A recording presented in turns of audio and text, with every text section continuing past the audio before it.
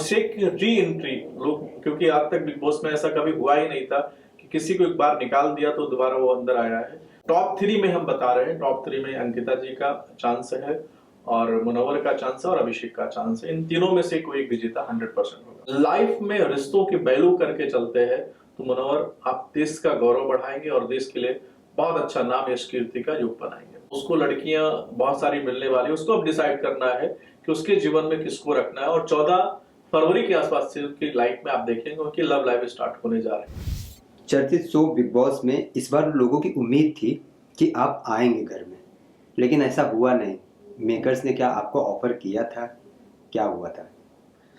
देखिए, बहुत ही उत्तम प्रश्न है और थोड़ा सा मैं आपको बताना चाहता हूँ कि उस समय मैं बाहर था और बहुत सारे लोगों हम बिजी व्यस्तता होने के कारण, क्योंकि उस समय राम मंदिर का भी चल रहा था तो मेरे बहुत सारे कार्यक्रम लगे हुए थे ऑलरेडी, तो डेट मैच ना होने के कारण थोड़ा सा हम अब की बार नहीं आ पाए हैं, लेकिन नेक्स्ट ईयर हम जरूर प्लान करेंगे। अच्छा सर, विक्की और अंकिता की बात करें जी तो उनका घर में बहुत झगड़ा हो रहा है। दोनों की मम्मियों को भी ये नहीं पसंद आ रहा है। जी। तो आपको क्या लगता है कि इनकी शादीशुदा जिंदगी कैसी रहेगी? ठीक रहेगी कि बिग बॉस से निकलने के बाद डाइवोर्स तक भी बात पहुंच सकता है? क्या ओपिनियन है आपका इसके?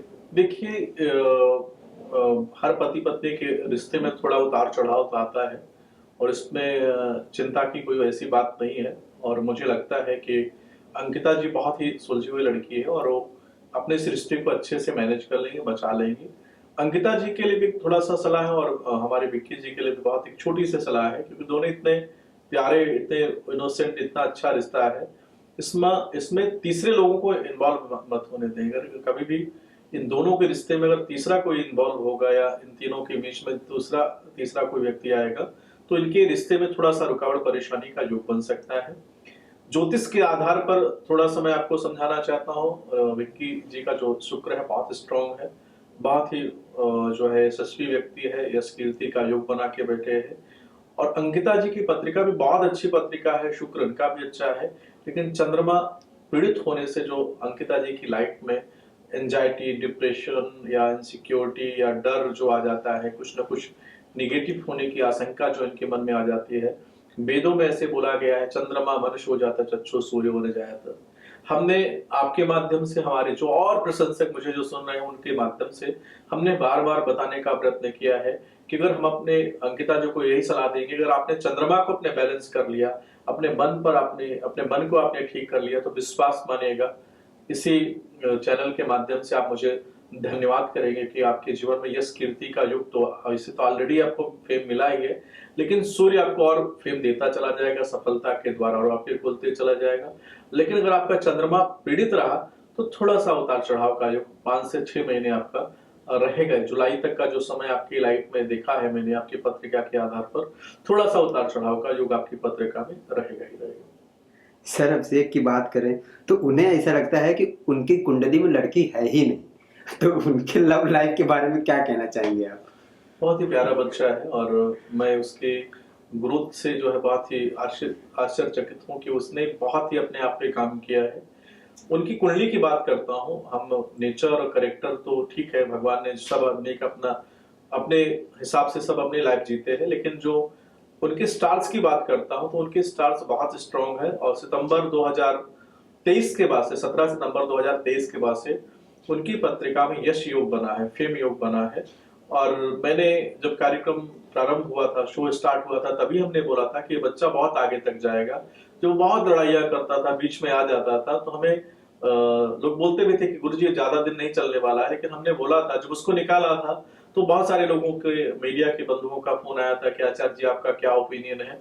हमने कहा कि अगर इसको निकाल भी देते हैं तो इसको फेम, इंटरनेशनल फेम इसको मिलेगा, इसको बहुत लोगों की सहानुभूति इस बच्चे को मिलेगी। और वही हुआ, बाद में वो शो में अंदर आए और आज अभी वो टॉप 5 में है और टॉप 3 में भी उनको हम देख रहे हैं। अभी 5.5 साल का समय जो अभिषेक का है बहुत अच्छा है।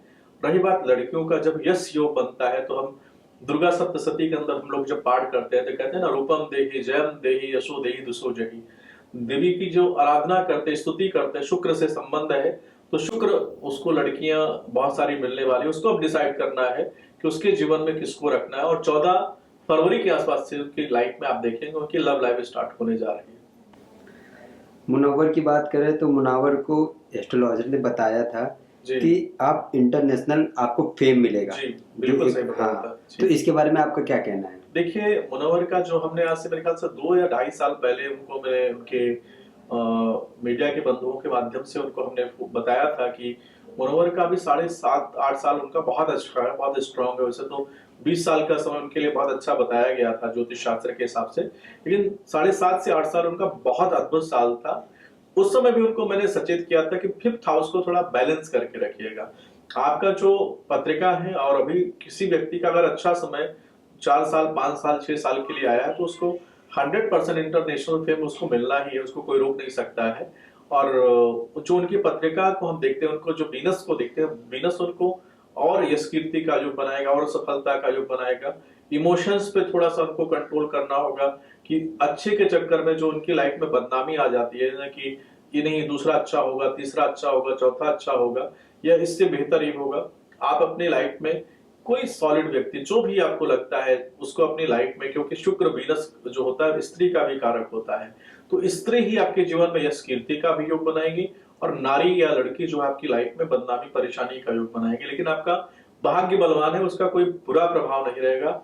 आपके कर्म नेक है, आपने चलो अच्छा बुरा जो आप कर रहे हैं उसमें जो देखा जाएगा तो आपने कहीं ना कहीं बहुत सारी अच्छाइयां आपकी लाइफ में है, जिससे आपके शनि ने आपको अच्छी सफलता, अच्छे मुकाम पर टॉप 3 में लाके आपको खड़ा किया है, बहुत बड़ी बात है।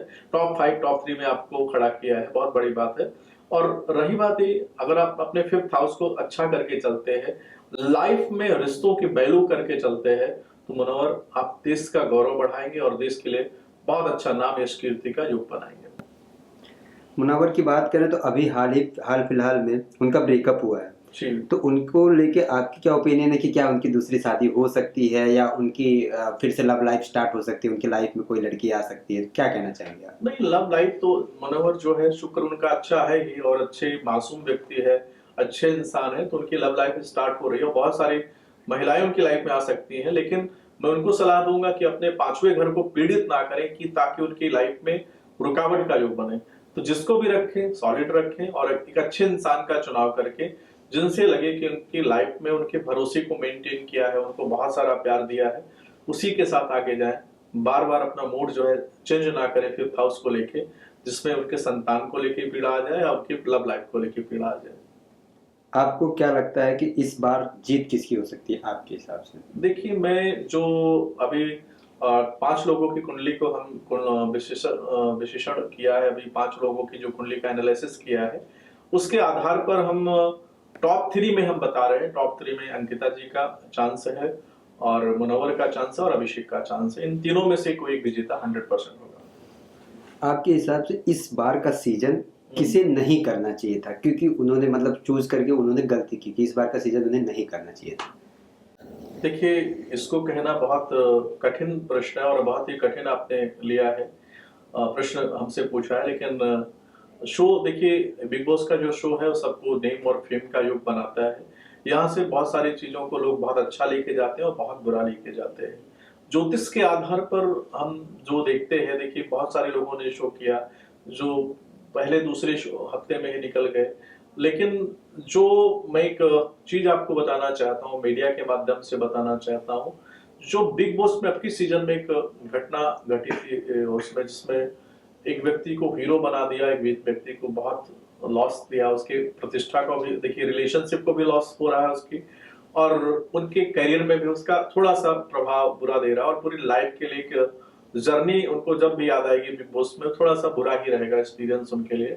तो मेरा जो अपना छोटी सी बुद्धि का ओपिनियन है, उसके आधार पर मैं सार्थक और अभिषेक की जो लड़ाई हुई थी, जो और अभिषेक को जो इतना पोक किया सार्थक ने, और मेरा अपना छोटा सा ओपिनियन चलेगा तो उसमें सार्थक को इस साल का बिग बॉस नहीं करना चाहिए था। आपको क्या लगता है शो के बाद किसका करियर बहुत अच्छा होगा या किसका करियर फ्लॉप हो सकता है?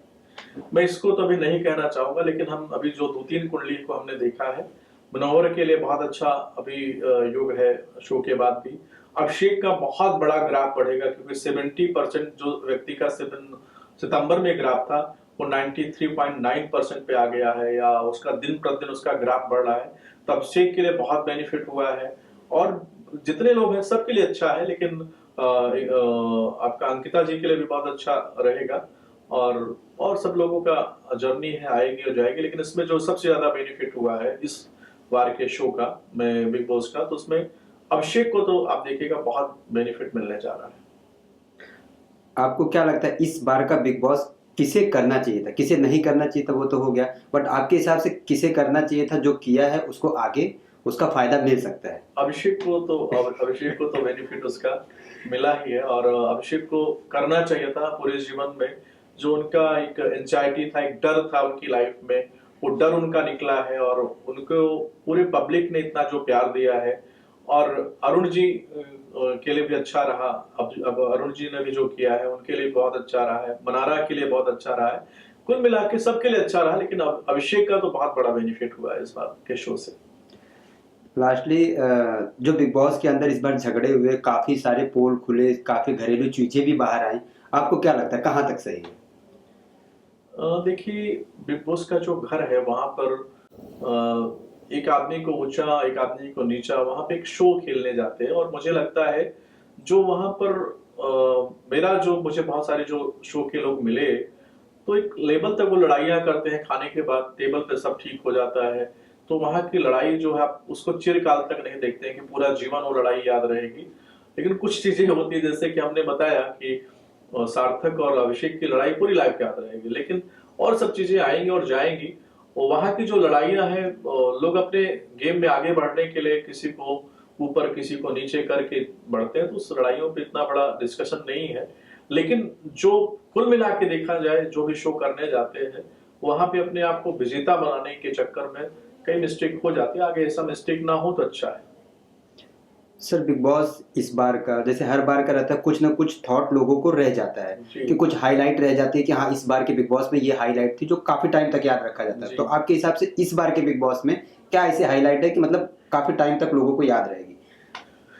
देखिए, एक तो दो तीन हाईलाइट हरदम लोगों को लाइफ में याद रहेगी। पहला हाईलाइट तो जो मुनव्वर जी की गर्लफ्रेंड की एंट्री है, वो वाले जो है बहुत लोगों को याद रहने वाली है, और उसको लोग सालों साल याद रखेंगे। जो उनके प्रशंसक है उसको अच्छे के लिए भी कई लोग याद रखेंगे, कई लोग बुरे के लिए याद रखेंगे। दूसरा, अभिषेक का जो हार्ट ब्रेक लोगों को सामने आया, जो लोग इतना पेन में रहा, या ईशा और अभिषेक का रिश्ते को लेकर लोग बहुत याद रखेंगे।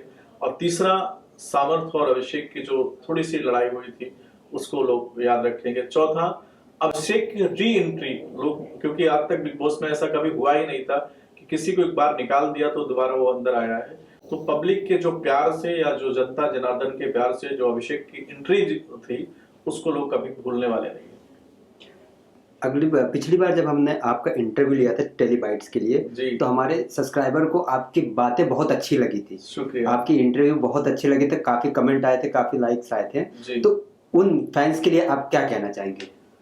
देखिए, आप जो टेलीबाइट्स के लिए जितने भी प्रशंसक है जो हमको प्यार करते हैं, मैं दिल की गहराइयों से आप सबको बहुत प्यार देना चाहता हूँ दोस्तों। और 95 से 98% जो यूथ मुझे प्यार करता है, यूथ समझता है कि संसार में किसी को छल प्रपंच कपट से आप किसी को नहीं ठग सकते हैं। आप अपने द्वारा कोई भी बुरा कार्मिक कनेक्शन है या कोई बुरी चीजें हैं तो उसको तुरंत समाप्त करिए। 2024 जो है आप सबके लिए अच्छा हो। और अच्छा कैसे होगा, शनि जी का मैसेज क्या है? शनि जी, क्योंकि उनको बोला गया न्यायाधीश, वो अपने रहते, अपनी दशा रहते हुए, अपनी महादशा रहते हुए, अपनी अंतरदशा रहते हुए, अपने साढ़े साथी रहते हुए, या अपना वर्ष रहते हुए किसी के जीवन में कभी अन्याय नहीं होने देते हैं। आपके साथ अन्याय हुआ है तो भी जो सामने वाले ने अन्याय किया उसको माफ कर दीजिए, उससे भी शनि जी आपको प्रसन्न होकर आपके जीवन में सफलता का द्वार खोल देंगे। और आपने किसी के साथ अन्याय किया तो उससे माफी मांग लीजिए, ताकि शनि जी का जो पनिशमेंट आपकी लाइफ में आए, कोई रुकावटें जो आपकी लाइफ में आए, वो आपको राहत प्रदान करे। और ये जो वर्ष है थोड़ा शुरुआत में स्लो साल रहेगा, लेकिन जैसे जैसे ये साल बीतेगा, क्योंकि ये धर्म का साल है, धर्म मतलब कर्म रूपी धर्म ये साल है।